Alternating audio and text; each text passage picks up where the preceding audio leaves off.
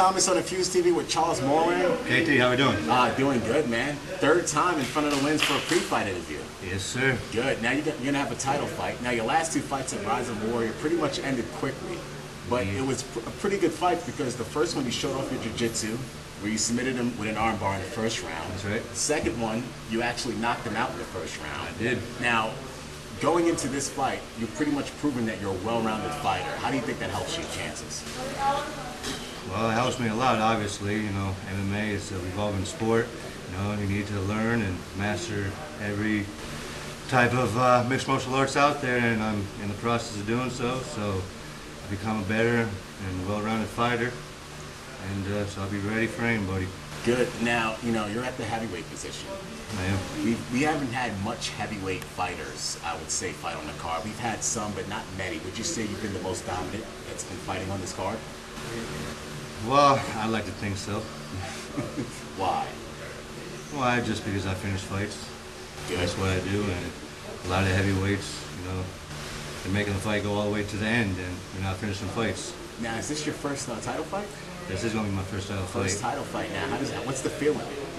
Feeling's great. Get to fight for a title for the Rise of the Warrior, and come November 2nd, I'll be the first Rise of the Warrior heavyweight champion.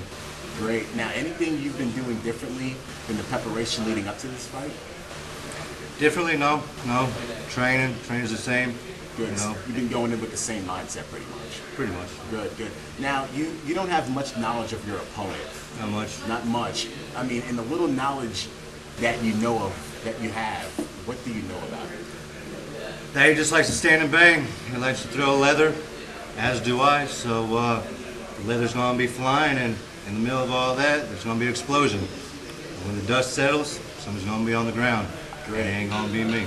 Good. Now, is your game plan going into this fight pretty much feeding off of your opponent, whatever he brings you, you take, or are you going to be the one to bring it first?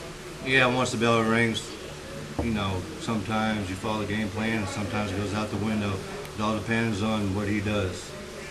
And I'll react to it, and we'll see what happens. What's been the key to your success on finishing your fights the last two times you fought at Rise of the Warrior? Just going in there and knowing that I'm going to get the W. Doesn't matter how it gets done. It's going to get done. Would you say this has been your toughest fighter you've had since, you know, fighting at Rise of the Warrior? Well, I can't tell you. I mean, you can't judge a book by its cover, so.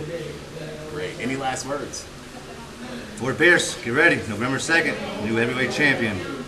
American Top Team. Phil DeRue at DeRue Fitness Performance. Thank you. Kendrick Thomas, INFUSETV.